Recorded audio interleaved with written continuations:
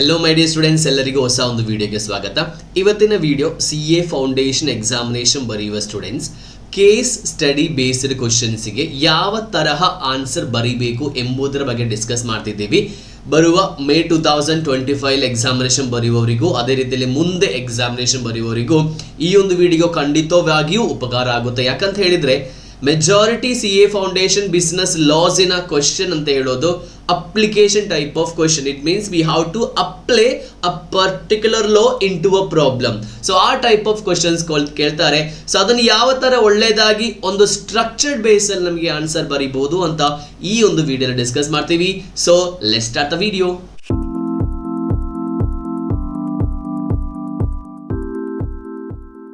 The first thing ಅಂತ ಹೇಳೋದು, so what is the meaning of this application type of question. Application ಅಂದ್ರೆ ಏನು ಅಂತ ಹೇಳಿ ನಾವು ಫಸ್ಟ್ ಒಮ್ಮೆ ಅರ್ಥ ಮಾಡ್ಕೋಬೇಕು. So first one is application type question ಅಂದ್ರೆ ಏನು. For example, there is a act called as motor vehicles department act. Okay, ಅವ್ರು ಹೇಳೋ ಪ್ರಕಾರ ನೀವು ಹೆಲ್ಮೆಟ್ ಹಾಕದೆ ಹೋದ್ರೆ 2500 rupees ಪೆನಾಲ್ಟಿ ಇದೆ ಅಂತ ಅಂದ್ಕೊಳ್ಳಿ. ಓಕೆ, 2500 rupees ಪೆನಾಲ್ಟಿ ಇದೆ. ಓಕೆ, ಖಂಡಿತ. ಈಗ ಫಾರ್ ಎಕ್ಸಾಂಪಲ್ ಸೆಕ್ಷನ್ 5 ಎಕ್ಸಾಂಪಲ್ ಹೇಳ್ತಿದ್ದೀನಿ. Section 5 home motor vehicles department act 1972 example ಒಂದು ಆಕ್ಟ್ ಇದೆ. ಓಕೆ, ಇದರಲ್ಲಿ ಹೇಳ್ತಾ ಇದ್ದಾರೆ. ಈಗ ಫಾರ್ ಎಕ್ಸಾಂಪಲ್ ನಾನು ಮತ್ತೆ ನೀವು, ಓಕೆ, ನಾನು ಮತ್ತೆ ನೀವು ಬೈಕಲ್ಲಿ ಹೋಗ್ತಾ ಇದ್ದೇವೆ. ಓಕೆ, ನಾವೆರಡು ಜನ ಏನು ಹೆಲ್ಮೆಟ್ ಹಾಕಿಲ್ಲ. ಸೊ ನಮ್ಮನ್ನು MVD motor vehicle department police ಬಂದು ನಮ್ಮ ಹತ್ರ ಹೇಳ್ತಾರೆ, you have to pay 5000 rupees. ಯಾಕಂತ ಹೇಳಿದ್ರೆ ಇಬ್ಬರು ಹೆಲ್ಮೆಟ್ ಹಾಕಿಲ್ಲ. So 2500 into 2. ಇದನ್ನು ನಾವು CA ಫೌಂಡೇಶನ್ ಬಿಸ್ನೆಸ್ ಲೋ ಕ್ವಶನ್ಗೆ ಅಪ್ಲೈ ಮಾಡೋದಾದ್ರೆ ಒಂದು ಆಕ್ಟ್ ಇತ್ತು. ಓಕೆ, ಆ ಆಕ್ಟಲ್ಲಿ ಹೆಲ್ಮೆಟ್ ಹಾಕಿಲ್ಲ ಅಂತ ಹೇಳಿದ್ರೆ 2500 rupees ಪರ್ ಹೆಡ್ ಫೈನ್ ಆಗ್ತಾರಂತೆ ಅವರು ಆಕ್ಟ್ ಅಲ್ಲಿ ಹೇಳಿದ್ರು. ಓಕೆ, ನಮ್ದು ಈ case real time, it means real life scenario. ಇಲ್ಲಿ ಏನಾಯ್ತು, ಎರಡು ಜನ ಹೆಲ್ಮೆಟ್ ಹಾಕದೆ ಹೋಗಿ ಅವರನ್ನು ಪೊಲೀಸ್ ಹಿಡಿದ್ರು. ಇದನ್ನು ನಾವು CA ಫೌಂಡೇಶನ್ ಅಪ್ಲೈ ಮಾಡುವಾಗ ಒಂದು ಆಕ್ಟ್ ಅನ್ನು ನಾವೊಂದು ರಿಯಲ್ ಟೈಮ್ ಸಿನಾರಿಯೋಗೆ ನಾವು ಅಪ್ಲೈ ಮಾಡಿ ಈ 5000 rupees ಚಾರ್ಜ್ ಮಾಡಿದ ಫೈನ್ ಆಕ್ಚುಲಿ ವ್ಯಾಲಿಡ್ ಇದೆಯಾ, ವ್ಯಾಲಿಡ್ ಅಥವಾ ಇನ್ವ್ಯಾಲಿಡ್ ಅಂತ ಹೇಳಿ we have to find out. So these type of questions are called as application type of question. Direct type of questions ಅಂತ ಹೇಳಿದ್ರೆ ಏನು, MVD ಮೋಟರ್ ವೆಹಿಕಲ್ಸ್ ಆಕ್ಟ್ ಅಲ್ಲಿ helmet ಹಾಕಿಲ್ಲ ಅಂದ್ರೆ ಎಷ್ಟು ಪೆನಾಲ್ಟಿ ಬರುತ್ತೆ, that is called as direct type of questions. ನಾವೀಗ discuss ಮಾಡಿದ it is application type of questions. ಇದು ನಿಮಗೆ ಅರ್ಥ ಆಯ್ತು ಅಂತ ನಾನು ಅನ್ಕೊಳ್ತಿದ್ದೀನಿ. ಯಾಕಂತ ಹೇಳಿದ್ರೆ ಫಸ್ಟ್ ಟೈಮ್ ಬರೆಯೋರಿಗೆ ಇದೊಂದು ಬೇಕಾಗುತ್ತೆ. ಆಲ್ರೆಡಿ ಬರೆದವರು ರಿಪೀಟರ್ಸ್ ತುಂಬ ಕಾರಣಗಳಿಂದ ಫೇಲ್ ಆದವರು ಅಥವಾ ನೆಕ್ಸ್ಟ್ ಟೈಮ್ ಎಕ್ಸಾಮಿನೇಷನ್ ಬರೆಯುವವರಿಗೂ ಇದು ಆಲ್ರೆಡಿ ಗೊತ್ತಿದೆ, ಜಸ್ಟ್ ಒಂದು ರಿವಿಷನ್ ತರ ಮಾಡ್ತಿರೋದಷ್ಟೇ. ಸೊ ನಾವು ಡಿಸ್ಕಸ್ ಮಾಡೋದು ಇಲ್ಲಿ ಯಾವ ತರ ಅಪ್ಲಿಕೇಶನ್ ಟೈಪ್ ಆಫ್ ಕ್ವಶನ್ಸ್ಗೆ ನಾವು ಆನ್ಸರ್ ಬರೀಬೇಕು ಎಂಬುದನ್ನು. ಸೊ ದ ಫಸ್ಟ್ ಕಾನ್ಸೆಪ್ಟ್ ಅಂತ ಹೇಳೋದು, ನಾವೀಗ ಕ್ವಶನ್ ಎಕ್ಸಾಮಿನೇಷನ್ ಹಾಲ್ ಅಲ್ಲಿ ಇದ್ದೀವಿ. First of all we have to read the question, that is every one can do, plus understand it. ಇಲ್ಲಿ ರೀಡ್ ಅಂತ ಹೇಳೋದು ನಾನು ನೀವು ಎಲ್ಲ ಓದ್ತೀವಿ, ಆದರೆ ಆ ಕ್ವಶನ್ ಅನ್ನು ಅಂಡರ್ಸ್ಟ್ಯಾಂಡ್, ಅದರಲ್ಲೂ ಒಂದು ಕಾನ್ಸೆಪ್ಟ್ ಇದೆ, that is called as true perspective. True perspective ಅಂತ ಹೇಳಿದ್ರೆ ಏನು, ಈಗ ನಾವು ಇಂಗ್ಲಿಷ್ ಲ್ಯಾಂಗ್ವೇಜ್ ಅನ್ನು ಹಲವು ಸಂದರ್ಭದಲ್ಲಿ ಹಲವು ರೀತಿಯಲ್ಲಿ ಯೂಸ್ ಮಾಡ್ತಿದ್ದೀವಿ. It is based on context. So ಇಲ್ಲಿ ಟ್ರೂ ಪರ್ಸ್ಪೆಕ್ಟಿವ್ ಅಂತ ಹೇಳಿದ್ರೆ ವಾಟ್ ಈಸ್ ದ ಕಂಟೆಕ್ಸ್ಟ್, ಸಂದರ್ಭ ಏನು, ಅದರ ಸರಿಯಾದ ರೀತಿಯಲ್ಲಿ ನಾವು ಏನು ಮಾಡಬೇಕು, ಅರ್ಥ ಮಾಡ್ಕೋಬೇಕು. So the first question, for example ನೀವು ಜಸ್ಟ್ ಒಂದು ಕ್ವಶನ್ ಓದುವಾಗ ಓಕೆ ಇದೇ ಕ್ವಶನ್ ಓಕೆ ಬರೀತೀನಿ, ನೋ. ನೀವೀಗ 100% ಒಂದು ಕ್ವಶನ್ ಅಟೆಂಪ್ಟ್ ಮಾಡ್ಲಿಕ್ಕೆ ಹೋಗುವಾಗ ಅದರಲ್ಲಿ ಮೋರ್ ದ್ಯಾನ್ 50% ನಾವು ಯಾವ್ದು ಕೊಡಬೇಕು, we have to read the question. Only 40% ಮಾತ್ರ ಏನು ನಮಗೆ ಟೈಮ್ ಬರುತ್ತೆ ಬರೆಯುವುದಕ್ಕೆ. ಸೊ ನಿಮಗೆ ಒಳ್ಳೇದಾಗಿ ಗೊತ್ತಿದ್ರೆ ನಿಮಗೆ ಒಳ್ಳೇದಾಗಿ ಏನು ಮಾಡ್ಬೋದು, ಬರಿಬೋದು. ಒಳ್ಳೇದಾಗಿ ಗೊತ್ತಿಲ್ಲ ಅಂದರೆ ಬರೀಲಿಕ್ಕೆ ನಮಗೆ ಆಗಲ್ಲ. ಯಾಕಂತ ಹೇಳಿದ್ರೆ ನನಗೆ ತುಂಬ ಕ್ವಶನ್ಸ್ ಅನ್ನು ಅಟೆಂಪ್ಟ್ ಮಾಡಬೇಕು ಆ ಒಂದು ಚಿಂತೆ ಸೈಡಿಗಿಟ್ಟು ನೀವು ಬರೆಯುವ ಕ್ವಶನ್ ಅನ್ನು ಕರೆಕ್ಟ್ ಆಗಿ ನಿಮಗೆ ಬರೆಯೋಕ್ಕಾಗುತ್ತಾ ಅಂತ ನೀವು ಫಸ್ಟ್ ಆಗಿ ಡಿಸೈಡ್ ಮಾಡಬೇಕು. If it is okay, start writing. So ನಾವೀಗ ಒಂದು 4 marksಗೆ ಎಷ್ಟು ಪೇಜ್ ಬರೀಬೇಕು, nothing is like that. What they are asking, give an answer for that. So that's why our second point is what the question is. It means what they asked. That is the first concept. First concept understanding ನಾವು ಹೇಳ್ತೀವಿ, ಅದರ ಬಗ್ಗೆ ನಾವು discuss ಮಾಡಿ what they asked ಅಂತ ಹೇಳಲಿಕ್ಕೆ ನಮಗೆ ಸ್ವಲ್ಪ ಕ್ಲೂ ಎಲ್ಲ ನಮಗೆ ಸಿಗುತ್ತೆ. ಯಾವ ಥರ ಕ್ಲೂ ಸಿಗುತ್ತೆ ಜಸ್ಟ್ ನಾವು ನೋಡೋದಾದರೆ 1 ಮಿನಿಟ್ ನಾವು ನೋಡೋದಾದರೆ ಫಾರ್ ಎಕ್ಸಾಂಪಲ್ ಇಲ್ಲಿ ಆ್ಯಕ್ಟ್ ಯಾವುದೆಲ್ಲ ಇದೆ, ಯಾವ ಆ್ಯಕ್ಟ್ ಅವರು ಕೇಳಿದ್ದಾರೆ, ಅಥವಾ ಯಾವ ರೂಲ್ಸ್ ಅನ್ನು ಬೇಸ್ ಆಗಿ ಇದೆ, ಯಾವ ಸೆಕ್ಷನ್ ಬಗ್ಗೆ ಕೇಳಿದ್ದಾರೆ, ಯಾವುದಾದ್ರೂ ಕೀ ಟರ್ಮಿನಾಲಜೀಸ್ ಇದೆಯಾ. ಈಗ ಫಾರ್ ಎಕ್ಸಾಂಪಲ್ ಹೇಳೋದಾದ್ರೆ which are the rights available to the bailor according to the section this one Indian contract act 1872. So you can confirm that this question is from bailment and that is also from Indian Contract Act 1872. Clear ಆಗಿ ನಮಗೆ ಅರ್ಥ ಆಗುತ್ತೆ. So ಆ ಥರ majority questions ಅಲ್ಲಿ ಈ ಒಂದು problem ಇರಲ್ಲ. ಚಾಪ್ಟರ್ ನೇಮ್ ಎಲ್ಲ ಇರುತ್ತೆ, ಚಾಪ್ಟರ್ ನೇಮ್ ಏನು ಪ್ರಾಬ್ಲಮ್ ಇರಲ್ಲ. ಸೊ ಈ ಚಾಪ್ಟರ್ ನೇಮ್ ನಮಗೆ ವಿಷಯ ಅಲ್ಲ, ಅದರಲ್ಲಿರುವ ಯೂನಿಟ್ ವಿಷಯ ಅಲ್ಲ, the actual concept they are asking. ಯಾಕಂತ ಹೇಳಿದ್ರೆ ಕೆಲವು ಟೈಮಲ್ಲಿ ಟ್ರಿಕ್ಕಿ ಕ್ವಶನ್ಸ್ ಎಲ್ಲ ನಮಗೆ ಬರುತ್ತೆ. ಆ ಟ್ರಿಕ್ಕಿ ಕ್ವಶನ್ಸ್ ನಾವು ಐಡೆಂಟಿಫೈ ಮಾಡಿಕೊಂಡು ಅದರ ಟ್ರೂ ಪರ್ಸ್ಪೆಕ್ಟಿವ್ ನಾವು ಆನ್ಸರ್ ಬರೀಬೇಕು. ಇದುವರೆಗೆ ನಾವು ಆನ್ಸರ್ ಯಾವ ಥರ ಬರೀಬೇಕು ಅಂತ ಹೇಳಲಿಲ್ಲ. ನಾವು ಪ್ರಾಕ್ಟಿಕಲ್ ಆಗಿ ರ್ಯಾಂಡಮ್ ಆಗಿ ಸ್ವಲ್ಪ ಕ್ವಶನ್ಸ್ ಸೆಲೆಕ್ಟ್ ಮಾಡಿಕೊಂಡು ಅದಕ್ಕೆ ಯಾವ ತರಹ ನಾವು ಆನ್ಸರ್ ಬರೀಬೇಕು ಅಂತ ನಮಗೆ ಡಿಸ್ಕಸ್ ಮಾಡುವ. ಸೊ ನಾವೀಗ ಸೆಕೆಂಡ್ ಪಾಯಿಂಟ್ ಅಲ್ಲಿ ಇದ್ದೀವಿ. So we have to finalise what is the actual question is. So ಆ ಕ್ವಶನ್ ಯಾವ ಥರ ಅಂತ ಹೇಳಿ ಫೈಂಡ್ ಔಟ್ ಮಾಡಲಿಕ್ಕೆ ನಮಗೆ ಆಕ್ಟ್, ರೂಲ್ಸ್, ಸೆಕ್ಷನ್ಸ್ ಅಥವಾ ಯಾವುದಾದ್ರೂ ಕೀ ಟರ್ಮಿನಾಲಜೀಸ್, ಈಗ ನಾವು ಹೇಳುವಾಗ ಬೇಲ್ಮೆಂಟ್ that is a key terminologies, ಅದು ಓದುವಾಗ ನಮ್ಗೆ ಅರ್ಥ ಆಯಿತು. So this is based on ಬೇಲ್ಮೆಂಟ್. So this is the second point. The third point is we have to identify the type of question that already we have discussed, that is theoretical questions ಬರುತ್ತಾ ಅಥವಾ ಅದು application type of questions ಅಂತ identify ಮಾಡಬೇಕು. Especially in case of you are looking at the questions of chapter LLP. So ಅವರಲ್ಲಿ ಏನು ಕೇಳ್ತಾರೆ ಅಂತ ಹೇಳಿದ್ರೆ majority 99.9% direct type of questions ಕೇಳ್ತಾರೆ. ಆದರೆ ಸ್ಟಾರ್ಟಿಂಗ್ ಅಲ್ಲಿ ಅವರು ಏನು ಮಾಡ್ತಾರೆ, ಸ್ಟಾರ್ಟಿಂಗ್ ಅಲ್ಲಿ ಅವರು ಒಂದು ಕತೆ ತರಹ ಹೇಳ್ತಾರೆ. A ಮತ್ತೆ B ಅಂತ ಇಬ್ರು ಇದ್ರು, ಅವರಿಗೊಂದು ಬಿಸ್ನೆಸ್ ಸ್ಟಾರ್ಟ್ ಮಾಡ್ಲಿಕ್ಕೆ ಏನೋ ಪ್ಲಾನ್ ಇತ್ತು. ಸೊ ಮತ್ತೆ ಅವರೊಂದು ಲಿಮಿಟೆಡ್ ಲಯಬಿಲಿಟಿ ಪಾರ್ಟ್ನರ್ಶಿಪ್ ಸ್ಟಾರ್ಟ್ ಮಾಡಿದ್ದಾರೆ. Now you have to compare what is the difference between LLP and partnership. So what is the question here? What is the difference between LLP and partnership? And we cannot say it as application type of question ಅಂತ ಹೇಳೋಕ್ಕಾಗಲ್ಲ sir. ಕತೆ ಬಂದ್ರೆ application ಅಲ್ಲ, direct type of question. So ಅದಕ್ಕೆ ನಾವೇನು, ಈಗ ನಾವು application type of question, ಅದಕ್ಕೆ ಸ್ಟೆಪ್ ಇದೆ. ಫಸ್ಟ್ ಸ್ಟೆಪ್ ಏನು? First step we have to write the provision, correct? We have to write the provision.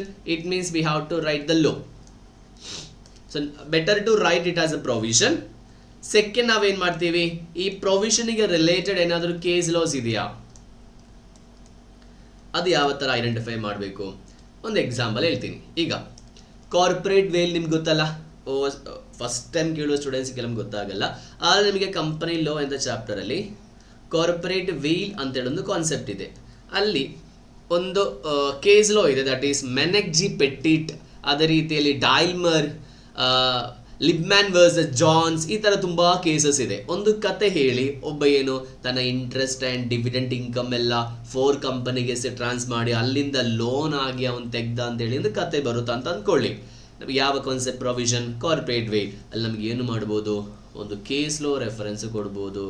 ಮೆನೆಕ್ಜಿ ಪೆಟ್ಟಿಟ್ನ case low ಅಲ್ಲಿ, ಮೆನೆಕ್ಜಿ ಪೆಟ್ಟಿಟ್ನ ಕೇಸ್ ಲೋಸ್ ಅಲ್ಲಿ ಇದೇ ತರಹ ಆಯಿತು ಅಂತೇಳಿ ನಮಗೆ ಬರೀಬೇಕು.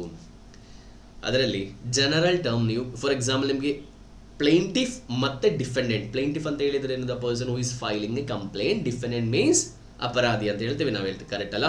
ಈಗ plaintiff, defendant, first party second party ಎರಡೂ ಜನರ ನೇಮ್ ಬರೆದ್ರೆ ಇಟ್ ಈಸ್ ಗ್ರೇಟ್. ನಿಮಗಿನ್ನು ಯಾವುದಾದ್ರೂ ಒಂದು ಪಾರ್ಟಿಯ ನೇಮ್ ಗೊತ್ತಿದ್ರೆ ನಿಮಗೆ ಅದನ್ನು ರೆಫರ್ ಮಾಡ್ಬೋದು. ಆದರೆ ಒಂದು ಅರ್ಥ ತಿಳ್ಕೊಳ್ಳಿ. ಫಾರ್ ಎಕ್ಸಾಂಪಲ್ ಇಲ್ಲಿ Maneckji Petit versus that is taxation authority, wealth tax. Okay, ಇವರಿಬ್ಬರ ಮಧ್ಯೆ ಕೇಸ್ ಆಯಿತು. ಅದರಲ್ಲಿ ನೀವು ವೆಲ್ತ್ ಟ್ಯಾಕ್ಸ್ ಕೇಸ್ ಲೋ ಅಂತ ಬರೆಯೋಕ್ಕಾಗಲ್ಲ. ಯಾಕಂತ ಹೇಳಿದ್ರೆ ವೆಲ್ತ್ ಟ್ಯಾಕ್ಸ್ ಅಂತ ಹೇಳೋದು it is a common term. ನಿಮ್ಗೆ ಗೊತ್ತಿದ್ರೆ ಮೆನೆಕ್ಜಿ ಪೆಟ್ಟಿಟ್ ಅಂತ ಬರೀರಿ, ಗೊತ್ತಿಲ್ಲ ಅಂದರೆ ಏನು ಬರೆಯೋಕೆ ಹೋಗಬೇಡಿ. ಓಕೆ, ಇನ್ನು ಸೆಕೆಂಡ್ ಸ್ಟೆಪ್, ಇದರಲ್ಲಿ ಏನು ಸೆಕೆಂಡ್ ಸ್ಟೆಪ್ ಬರುತ್ತೆ? We have to write the analysis. Analysis ಅಥವಾ ನಾವು ಫ್ಯಾಕ್ಟ್ಸ್ ಅಂತೇಳಿ ಬರಿಬೇಕು. ಓಕೆ, ಏನು ಬರಿತೀವಿ ನಾವು? ಸ್ಟೋರಿ ಬರಿತೀವಿ, ಕರೆಕ್ಟಾ? ಏನಾಯಿತು ಅದು ಬ್ರೀಫ್ ಆಗಿ ಬರೀರಿ, ತುಂಬ ಎಲಾಬ್ರೇಟ್ ಬೇಡ. ಸೇಮ್ ಕ್ವಶನ್ ಕಾಪಿ ಪೇಸ್ಟ್ ಮಾಡಬೇಡಿ, ಜಸ್ಟ್ ಸಮ್ಮರೈಸ್ ಮಾಡಿ. ಏನು ನಮಗೆ ಕ್ವಶನ್ ಬೇಕು ಆ ಕ್ವಶನ್ ಫ್ಯಾಕ್ಟಲ್ಲಿ ರಿಫ್ಲೆಕ್ಟ್ ಆದರೆ ಸಾಕು. Okay, the third one as we know conclusion. ಈ ಕನ್ಕ್ಲೂಷನ್ ಬರೆಯುವಾಗ ಕನ್ಕ್ಲೂಷನ್ ಅಂತ ಹೇಳೋದು ನಮ್ಮ ಕ್ವಶನ್ ಇದೆಯಲ್ಲ, ಕ್ವಶನ್ನ ಲಾಸ್ಟ್ ಲೈನ್. ಮೆಜಾರಿಟಿ ಕೇಸಲ್ಲಿ ಲಾಸ್ಟ್ ಲೈನ್ ಬರುತ್ತೆ. ಅದು ಯಾವ ಥರ ಬರೋದನ್ನ ಹೇಳಿ ನಮಗೆ ಆ ಒಂದು ಕಾನ್ಸೆಪ್ಟ್ ಡಿಸ್ಕಸ್ ಮಾಡೋದು ನಿಮಗೆ ಅರ್ಥ ಆಗುತ್ತೆ. ಕ್ವಶನ್ ಲಾಸ್ಟ್ ಲೈನ್ ಅಂತ ಹೇಳಿ ಏನು ನಾವು ಆ ಥರ ಹೇಳಿದ್ದೇವೆ, ಯಾಕೆ ಆ ಥರ ಕ್ವಶನ್ ಲಾಸ್ಟ್ ಲೈನ್ ನಾವು ಹೇಳಿದ್ದೇವೆ ಅಂತೇಳಿ ನಿಮಗೆ ಅರ್ಥ ಆಗುತ್ತೆ, ಅದು ನಿಮಗೆ ಮುಂದೆ ಅರ್ಥ ಆಗುತ್ತೆ. So these are the 3 points what we discussed. Application type questions ಯಾವ ಥರ ಬರೀಬೇಕು ಅಂತೆಲ್ಲ. ಓಕೆ, ಸೊ ನೆಕ್ಸ್ಟ್ ಒನ್ ನಾವು ಡಿಸ್ಕಸ್ ಮಾಡೋ ಇನ್ನು ಮುಂದೆ ಯಾವತ್ತೆಲ್ಲ ಪಾಯಿಂಟ್ಸ್ ನಾವು ಅರ್ಥ ಮಾಡ್ಕೊಳ್ಬೇಕು.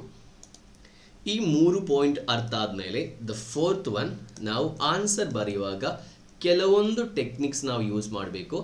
ನಾರ್ಮಲಿ ನಿಮಗೆ ಗೊತ್ತಿದೆ, if you know the section right the section, if you don't know the section right the act. Okay, if you don't know the section properly, for example you 2H ಅಂತೇಳಿ ಕಾಂಟ್ರಾಕ್ಟ್ನ definition, you don't know H, you only know 2 ಬರಿಬೇಡಿ. ಯಾಕೆಂದರೆ 2 ಅಂತ ಹೇಳಿದ್ದು common section. ಕೆಲವೊಂದಕ್ಕೆ subsection ಬೇಡ.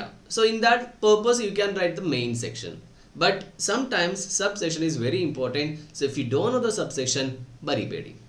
Okay, next ಇದರಲ್ಲಿ answer ಬರೆಯುವಾಗ ಇನ್ನೊಂದು ನಾವು ಹೇಳೋದು ಅಂಡರ್ಲೈನ್ ದ ಕೀ ಪಾಯಿಂಟ್ಸ್. ಅದು ಕೀ ಪಾಯಿಂಟ್ಸ್ ಏನು ಅಂತೇಳಿ ನಾವು ಡಿಸ್ಕಸ್ ಮಾಡುವ, ಅದು ನಾವು ಪ್ರಾಕ್ಟಿಕಲ್ ಸಿನಾರಿಯೋ ನೋಡಿ ಕೀ ಪಾಯಿಂಟ್ಸ್ ನಾವು ಅಂಡರ್ಲೈನ್ ಮಾಡಬೇಕು. ಅದು ಏನು ಕೀ ಪಾಯಿಂಟ್ಸ್, ಹೇಗೆ ಕೀ ಪಾಯಿಂಟ್ಸ್ ನಾವು ಅಂಡರ್ಲೈನ್ ಮಾಡಬೇಕು ಅಂತೇಳಿ ನಮಗೆ ನೋಡುವ. ನೆಕ್ಸ್ಟ್ ಕೆಲವೊಂದು ಟೈಪಲ್ಲಿ ಮಲ್ಟಿಪಲ್ ಪ್ರೊವಿಷನ್ಸ್ ಬರುತ್ತೆ, ಅದು ನಮಗೆ ನೋಡುವ. ಮಲ್ಟಿಪಲ್ ಪ್ರೊವಿಷನ್ಸ್ ಸಿಂಗಲ್ ಕ್ವಶನಲ್ಲಿ ಬರುತ್ತೆ. ಓಕೆ, ಸಿಂಗಲ್ ಕ್ವಶನಲ್ಲಿ ಮಲ್ಟಿಪಲ್ ಪ್ರೊವಿಷನ್ಸ್ ಬರುವಾಗ ಯಾವ ಥರ ನಾವು ಆನ್ಸರ್ ಬರೀಬೇಕು ಅಂತೇಳಿ ನಾವು ಡಿಸ್ಕಸ್ ಮಾಡುವ. ಅದು ಯಾವ ಥರ ಬರೀಬೇಕು ಅಂತ ಹೇಳಿದರೆ, ಎಕ್ಸಾಂಪಲ್ ಹೇಳೋದಾದರೆ, ಈಗ ಫಾರ್ ಎಕ್ಸಾಂಪಲ್ ನಾವು ಡಿಸ್ಕಸ್ ಮಾಡಲಿಕ್ಕೆ ಹೋಗೋದು ಒಂದೇ ಕ್ವಶನಲ್ಲಿ they are asking about the government company as well as a subsidiary company. ಯಾಕೆಂತಂದರೆ ಗವರ್ಮೆಂಟ್ ಕಂಪನಿ ಸಬ್ಸಿಡರಿ ಕಂಪನಿ ಮಧ್ಯೆ ರಿಲೇಷನ್ಶಿಪ್ ಇದೆ. ಅದು ನಾವು ಬರೀವಾಗ we have to give separate headings. ಯಾಕಂತ ಹೇಳಿದ್ರೆ ಹೆಡ್ಡಿಂಗ್ಸ್ ಆರ್ ಅವರ್ ಫ್ರೆಂಡ್ಸ್ ಅಂತ ಹೇಳ್ತೀವಿ. ಓಕೆ, ಹೆಡ್ಡಿಂಗ್ಸ್ ನಾವು ಸಪರೇಟ್ ಆಗಿ ಬರೀಬೇಕು. Headings is mandatory, we have to write it separately. Headings ನಾವು ಬರೀಬೇಕು. ಅದು ಯಾವ ಥರ ಅಂತ ಹೇಳಿ ನಮಗೆ ಈ ಒಂದು ಪಾಯಿಂಟಿಗೆ ಪ್ರಾಕ್ಟಿಕಲ್ ಆಗಿ ಕ್ವಶನ್ ನೋಡೋ ನಿಮಗೆ ಅರ್ಥ ಆಗುತ್ತೆ. ಸೊ ನೀವೇನು ಮಾಡಬೇಕು, ರಿಲೆವೆಂಟ್ ರೋಲ್ಸ್ ಮಾತ್ರ ನೀವು ಬರೀಬೇಕು. ಅಂತ ಲಾಸ್ಟ್ ಒನ್ ಇದೆಲ್ಲ ಬರೆದಾದ್ಮೇಲೆ you have to structure your answer properly. Structure your answer. ಅದೇ ಪ್ರಾಪರಾಗಿ ನಾವು ಇದೆಲ್ಲ ಸ್ಟೆಪ್ ಫಾಲೋ ಮಾಡುವಾಗ ನಮಗೆ ಅದು ಅರ್ಥ ಆಗುತ್ತೆ. ಆನ್ಸರ್ ಟು ದ ಪಾಯಿಂಟ್, ಅವರು ಏನು ಕ್ವಶನ್ ಕೇಳಿದಾರ ಅದಕ್ಕೆ ಮಾತ್ರ ನಾವೇನು ಮಾಡಬೇಕು, ಆನ್ಸರ್ ಬರೀಬೇಕು. ಇದು ಆನ್ಸರ್ ಬರೆಯುವಾಗ ನಾವು ಈ ಕೀ ಪಾಯಿಂಟ್ಸ್ ಎಲ್ಲ ಅಂಡರ್ಲೈನ್ ಮಾಡಿ ಪ್ರೊವಿಷನ್, ಅನಾಲಿಸಿಸ್, ಕನ್ಕ್ಲೂಷನ್ ಎಲ್ಲ ಬರೆದ್ರೆ that is called a structure. So this is the final concept. And ಈ 6th ಪಾಯಿಂಟ್ ಇದಕ್ಕೆ ಮಾತ್ರ ಬೇಸಾಗಿಲ್ಲ. ನಾವು ಫಸ್ಟ್ 5 ಪಾಯಿಂಟ್ಸ್ ಫಾಲೋ ಮಾಡಿದರೆ ನಮ್ಮದು 6th ಪಾಯಿಂಟ್ ಏನಾಗುತ್ತೆ, ಕರೆಕ್ಟ್ ಆಗುತ್ತೆ. ಸೊ ಈಗ ನಾವು ಡಿಸ್ಕಸ್ ಮಾಡೋದು ರ್ಯಾಂಡಮ್ ಆಗಿ ಒಂದೆರಡು ಕ್ವಶನ್ಸ್ ಸೆಲೆಕ್ಟ್ ಮಾಡಿ ನಾವು ಈ ಕಲಿತ ಎಲ್ಲ ಕ್ವಶನ್ಸನ್ನು ಯಾವ ಥರ ನಮಗೆ ಇದಕ್ಕೆ ಅಪ್ಲೈ ಮಾಡಿ ಟೆಸ್ಟ್ ಮಾಡಿ ನಮಗೆ ಒಂದು ನೋಡುವ. So I have taken questions from companies act 2013. Random ಆಗಿ ಒಂದು ಕ್ವಶನ್ ಸೆಲೆಕ್ಟ್ ಮಾಡಿದ್ದೀನಿ, ಪಾಸ್ಟ್ ಇಯರ್ಸ್ ಕ್ವಶನ್ ಪೇಪರ್ಸ್ ಇದು. ಇದರಲ್ಲಿ ನಾನು ಕ್ವಶನ್ ವರ್ಕೌಟ್ ಮಾಡೋಕ್ಕೆ ಹೋಗ್ತಾ ಇಲ್ಲ, ಜಸ್ಟ್ ಅದರಲ್ಲಿ ಬರುವ ನಾವು ಈ 6th ಪಾಯಿಂಟಲ್ಲಿ 6 ಪಾಯಿಂಟ್ ತನಕ ಕಲಿತ ವಿಷಯಗಳನ್ನು ಅಪ್ಲೈ ಮಾಡಿ ಮಾತ್ರ ನಾವು ನೋಡ್ತಾ ಇದ್ದೀವಿ. ಸೊ ಇಲ್ಲಿ ಒಂದು ಗವರ್ಮೆಂಟ್ ವೈ ಲಿಮಿಟೆಡಲ್ಲಿ, ಎಕ್ಸ್ ಅಂತ ಹೇಳೋ ಒಂದು ಗವರ್ಮೆಂಟ್ ವೈ ಲಿಮಿಟೆಡಲ್ಲಿ 40 lakh ಶೇರ್ಸ್ ಹೋಲ್ಡ್ ಮಾಡ್ತಾರೆ. So it is a government. Okay, and total shares ಎಷ್ಟಿದೆ ಅಂತ ಹೇಳ್ತಾರೆ ಲಿಮಿಟೆಡ್. ಆ್ಯಂಡ್ ಅದೇ ರೀತಿಯಲ್ಲಿ ವೈ ಲಿಮಿಟೆಡ್ ಏನು ಝೆಡ್ ಲಿಮಿಟೆಡಲ್ಲಿ 2,50,600 ಶೇರ್ಸನ್ನು ಹೋಲ್ಡ್ ಮಾಡ್ತಾರಂತ. ಸೊ ಇಲ್ಲಿ ಇದೆಲ್ಲ ಮಾಡಿಕೊಂಡು ಫಸ್ಟ್ ಏನು ಮಾಡ್ತಾರಂತ ಹೇಳಿದರೆ ಕ್ವಶನ್ ಇಷ್ಟೇ, Z limited is a subsidiary of Y limited as a government ಕಂಪನಿಯಾ, ಏನು whether Z private limited is a subsidiary company of Y limited as well as a government company. Okay, first we have to understand the question theoretical ಅಥವಾ application. ಖಂಡಿತ application. ಯಾಕಂತ ಹೇಳಿದ್ರೆ whether it is an application type of question. ಹೌದಾ, comment, ಇದೆಲ್ಲ ಏನು ಹಾಗೆ ಬರುತ್ತಾ ಅಂತೆಲ್ಲ ಕ್ವಶನ್ ನಾವು ಕೇಳ್ತೇವಲ್ಲ, is all called of application type of questions. ಆ ಪಾಯಿಂಟ್ ಕ್ಲಿಯರ್ ಆಯಿತು. ಓದುವಾಗ ನಮಗೆ ಕರೆಕ್ಟಾಗಿ ಅರ್ಥ ಏನಾಯಿತು, ಇಂಗ್ಲೀಷಲ್ಲಿ ಓದಿ ಅರ್ಥ ಆಗುತ್ತೆ. ಝೆಡ್ ಪ್ರೈವೇಟ್ ಲಿಮಿಟೆಡ್ ಸಬ್ಸಿಡರಿ ಮತ್ತು ಗವರ್ಮೆಂಟ್ ಕಂಪನಿಯಾ, ಕ್ವಶನ್ ನಮಗೆ ಅರ್ಥ ಆಯಿತು. ನಾವು ಇದನ್ನು ಕರೆಕ್ಟಾಗಿ ಏನು ಆರ್ಡರಲ್ಲಿ ನಾವು ಬರೀತೀವಿ. ಸೆಕ್ಷನ್ ಎಲ್ಲ ಕೊಟ್ಟಿದ್ದಾರಲ್ಲ, ಕಂಪನೀಸ್ ಆಕ್ಟ್ 2013 ಬರುತ್ತೆ. And it is subsidiary company, government company, types of ಕಂಪನಿಯಲ್ಲಿ ಬರುತ್ತೆ. ಕರೆಕ್ಟ್ ಅಲ್ಲ? ಇಲ್ಲಿ ಒಂದು ಕೂಡ ವ್ಯತ್ಯಾಸ ಇದೆ. They are asking about a subsidiary company and they are asking about a government company. ನಮ್ಮದು ಫಸ್ಟ್ ಸ್ಟೆಪ್ ಏನು? ಪ್ರೊವಿಷನ್. Write the provision. ಅದರಲ್ಲಿ 2 ಪ್ರೊವಿಷನ್ ಬರುತ್ತೆ. ಕರೆಕ್ಟ್ ಅಲ್ಲ? Government company, subsidy company. ಯಾವುದಿಟ್ಟು ಸ್ಟಾರ್ಟ್ ಮಾಡಿದ್ದಾರೆ? Government company. You can change it, no worries. So first government company ಬಗ್ಗೆ ಹೇಳಿದ್ದಾರೆ. So will write about the government company. So we have to underline headings. ಏನು? Government company. Provision ಅಂತ first ಬರಿತೀವಿ. ಕರೆಕ್ಟಾ? Provision ಅಂತ first ಬರಿತೀವಿ. ಅದರ ನಂತರ ಗವರ್ಮೆಂಟ್ ಕಂಪನಿ ಅಂತ ಬರೆದು ನಾವು ಇದನ್ನು ಬರಿತೀವಿ. ಓಕೆ, ಇದನ್ನು ಫುಲ್ಲಾಗಿ ಬರಿತೀವಿ. ಅದರ ನಂತರ ನಾವೇನು ಬರಿತೀವಿ? ಸೆಕೆಂಡ್ ಒನ್, ಇದೆಲ್ಲ ಮಾರ್ಜಿನ್ ಒಳಗಡೆ ಬರಬೇಕು. ಸಬ್ಸಿಡರಿ ಕಂಪನಿ ಅಂತ ಬರೆದು ನಾವು ಈ ಡೆಫಿನೇಷನ್ ಬರಿತೀವಿ. ನೆಕ್ಸ್ಟ್ ಏನು? ಕತೆ. ಓಕೆ, ದಿಸ್ ಈಸ್ ದ ಕತೆ. Okay, analysis. ಇಲ್ಲಿ ಅನಾಲಿಸಿಸ್ ಏನು ಸ್ವಲ್ಪ ಕ್ಯಾಲ್ಕುಲೇಷನ್ ಮಾಡಿದ್ದಾರೆ. ಹೌದಾ ಅಂತ ನೋಡಬೇಕಲ್ಲ ನಾವು. ಇಷ್ಟು ಬರುತ್ತಾ 2,50,600 ಅಂತ ಹೇಳೋದು ನೋಡ್ತೇವಲ್ಲ, ಕರೆಕ್ಟಾಗಿ ನೋಡಿ ಕನ್ಕ್ಲೂಷನ್ ಆಗಬೇಕು. ಸೊ ನಾವೀಗ ಕನ್ಕ್ಲೂಷನ್ ಬರಿತೀವಿ. ಕನ್ಕ್ಲೂಷನ್ ಏನು? ಕನ್ಕ್ಲೂಷನ್ ಅಂತ ಬರೆದು ಇದು ಬರಿತೀವಿ. So therefore we can conclude that it is a subsidiary of I limited but it is not a government company. Question ಏನು? ಲಾಸ್ಟ್ ಲೈನ್ ಆಫ್ ಏನು? Last line same. Its a subsidiary of ಹೌದಾ, whether Z private limited subsidiary and government ಕಂಪನಿಯಾ? ಅದೇ line ನಾವು conclusion ಹಾಕುವಾಗ ಅಲ್ಲ, ಇದು holding subsidiary company ಮಾತ್ರ, ಗವರ್ಮೆಂಟ್ ಕಂಪನಿ ಆಗಲ್ಲ. ಸೊ ನಾವು ಡಿಸ್ಕಸ್ ಮಾಡಿದ್ದೆಲ್ಲ ಕಾನ್ಸೆಪ್ಟ್ ಬರ್ತಿದ್ದೀವಿ. ನಾನು ಕ್ವಶನ್ ಆನ್ಸರ್ ಡಿಸ್ಕಸ್ ಮಾಡ್ತಾ ಇಲ್ಲ, ಜಸ್ಟ್ ಅದನ್ನು ಅಪ್ಲೈ ಯಾವ ಥರ ಮಾಡಬೇಕು ಅಂತ. ನೆಕ್ಸ್ಟ್ ಇದೊಂದು direct type of question. Identify ಮಾಡಬೇಕು. What is explain the kind of share capital, equity share capital, preference share capital. Application type of question ಅಲ್ಲ, theoretical direct type of question. DTQ, ATQ ಆ ಥರ ನಾವು discuss ಮಾಡ್ತೀವಿ. DTQ ಅಂತ direct type of questions ಈ ಥರ ಬರೋದು. ಇದನ್ನು ನಾವು ATQ ಅಂತ ಹೇಳ್ತೀವಿ. You have to apply the law ATQ type of questions. Okay, ನಮ್ಮ ವಿಡಿಯೋಸಲ್ಲಿ ಫುಲ್ಲಾಗಿ ನಾವು ATQ, DTQ ಅಂತ ಯೂಸ್ ಮಾಡ್ತೀವಿ. Okay, next question. MTK private limited is a company registered and okay direct ಆಗಿ ಒಂದು ಕತೆ ಹೇಳುವಾಗಲೇ ಅದು direct type of question, indirect type of question ನಮಗೆ ಅರ್ಥ ಆಗಲ್ಲ. ಓಕೆ, ಸೊ ಇಲ್ಲಿ ಐಡೆಂಟಿಫೈ ಏನೋ ಅದು ಫಾರ್ಮ್ 20 ಏನು ಕಮೆನ್ಸ್ಮೆಂಟ್ ಆಫ್ ಬಿಸ್ನೆಸ್ ಫೈಲ್ ಮಾಡಿಲ್ಲ ಅಂತ ಹೇಳ್ತಾರೆ. Identify whether the category of MTK private limited is classified. First question, identify which category MTK private limited is classified. So it is a application type of question. ಇನ್ನೊಂದು direct type questions ಇದೆ. Once you identify, explain this category.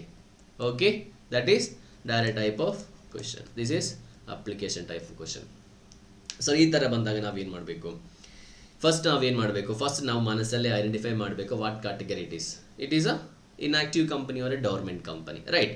So ಇಲ್ಲಿ explain the category ಅಂತ ಹೇಳುವಾಗ we have to write about the dormant company. So that will main ಆಗಿ application type question ಬಂದರೆ ಒಂದು ಡೈರೆಕ್ಟಲ್ಲಿ follow the application type of rules ಎಲ್ಲ application type the step ಇದೆ, follow ಮಾಡಬೇಕು. ಫಸ್ಟ್ ಏನು? ಪ್ರೊವಿಷನ್ ಏನು? ಇದು ಆ್ಯಕ್ಚುಲಿ ಏನು? Inactive company. Write about inactive company. ಅದಕ್ಕೇನು ಈ ಕ್ವೆಶನ್ ಇಲ್ಲ ಅಂತ ಅಂದ್ಕೊಳ್ಳಿ, ಆದರೂ ನಾವು ಸ್ಟಾರ್ಟ್ ಮಾಡೋದು ಇದೆ. ಸೊ ಆ ಕ್ವೆಶನಿಗೆ ರಿಲೆವೆನ್ಸ್ ಇಲ್ಲ. Okay, explain the category. It means you have to detail it. Okay, I think this is for 3 marks. 3 marks ಇಷ್ಟು ಬರೀಲಿಕ್ಕಿಲ್ಲ, ಆದರೆ ಅವ್ರು ಏನು ಮಾಡ್ತಾರೆ? ಎಕ್ಸ್ಪ್ಲೈನ್ ಅಂತ ಹೇಳ್ತಾರೆ. So then only you have to write, otherwise you have to just mention. ಯಾಕೆಂತ ಹೇಳಿದ್ರೆ ಇದಕ್ಕೆ ಇಷ್ಟೇ ಇದೆ, ಬೇರೆ ಇದು ಬರಿಲ್ಲ ಅಂದರೆ ಇನ್ಕಂಪ್ಲೀಟ್ ಆಗುತ್ತೆ, ರೈಟ್? ಇಷ್ಟು ಬರೆದ್ರೂ ಆಗುತ್ತೆ. ಅದರಲ್ಲಿ ಎಕ್ಸ್ಪ್ಲೇನ್ ಸಪ್ರೇಟಾಗಿ ಕೇಳೋದಕ್ಕೋಸ್ಕರ we have to write it. Okay, next ಇಲ್ಲಿ ಏನಾಗ್ತಾರೆ? ಇಲ್ಲಿಂದ ಇಲ್ಲಿ ತನಕ facts are analysis. Next conclusion. Simple. ಕನ್ಕ್ಲೂಷನಲ್ಲಿ ಬಂದಿದೆ whether identify which category, so we have to write since the company has not yet started the business, so it is an inactive company. Last line of the question conclusion alli banta. Yes, so last line conclusion ನಾವು ಏನು ಮಾಡಬೇಕು? Connect ಮಾಡಲಿಕ್ಕೆ try ಮಾಡಬೇಕು. So ನಾವು question ಅನ್ನು discuss ಮಾಡಿದ್ದೀವಿ. So ಒಂದು 6 points ನಾವು ಡಿಸ್ಕಸ್ ಮಾಡಿದ್ದೀವಿ, ಅದನ್ನು ನಾವು ಅಪ್ಲೈ ಕೂಡ ಮಾಡಿ ನೋಡಿದ್ದೀವಿ. ಸೊ ನಿಮಗೆ ಏನಾದರೂ ಡೌಟ್ ಆ್ಯಂಡ್ ಕ್ಲಾರಿಫಿಕೇಷನ್ಸ್ ನಿಮಗೆ ಕೇಳ್ಬೋದು, ಒಂದು ನಿಮಗೆ ವಾಟ್ಸಪ್ ಮಾಡ್ಬೋದು, ಇನ್ಸ್ಟಾಗ್ರಾಮ್ ಮೆಸೇಜ್ ಮಾಡ್ಬೋದು, ಕಮೆಂಟ್ ಬಾಕ್ಸಲ್ಲಿ ಕಮೆಂಟು ನಿಮಗೆ ಮಾಡ್ಬೋದು. ಈ ಚಾನಲ್ ನೀವು ಸಬ್ಸ್ಕ್ರೈಬ್ ಮಾಡಿಲ್ಲ ಅಂದರೆ ಚಾನಲ್ ಒಂದು ಸಬ್ಸ್ಕ್ರೈಬ್ ಮಾಡಿ. ನಾವು ಕನ್ನಡದಲ್ಲೇ ವಿಡಿಯೋ ಮಾಡ್ತಿದ್ದೀವಿ. ಮ್ಯಾಕ್ಸಿಮಮ್ ನಾವು ಒಳ್ಳೆ ರೀತಿಯಲ್ಲಿ ಮ್ಯಾಕ್ಸಿಮಮ್ ಕಂಟೆಂಟ್ಸನ್ನು ನಾವು ಕನ್ನಡದಲ್ಲೇ ಕೊಡಲಿಕ್ಕೆ ಏನು ಮಾಡ್ತೀವಿ? ಟ್ರೈ ಮಾಡ್ತೀವಿ. ಸೊ ನಿಮಗೆ ವಿಡಿಯೋ ಇಷ್ಟ ಆದರೆ ವಿಡಿಯೋ ಲೈಕ್ ಮಾಡಿ. ನಿಮ್ಮ ಫ್ರೆಂಡ್ಸ್ ಯಾರಾದರೂ ಈ CA ಫೌಂಡೇಶನ್ ಪರ್ಸ್ಯೂ ಮಾಡ್ತಾ ಇದ್ರೆ ನೀವು ಅವರಿಗೂ ವಿಡಿಯೋ ಒಂದು ಶೇರ್ ಮಾಡಿ. ಸೊ ನಮಗೆ ಮುಂದೆ ಒಳ್ಳೆಯ ಒಂದು ವಿಡಿಯೋದೊಂದಿಗೆ ಮೀಟ್ ಆಗುವ. Signing off.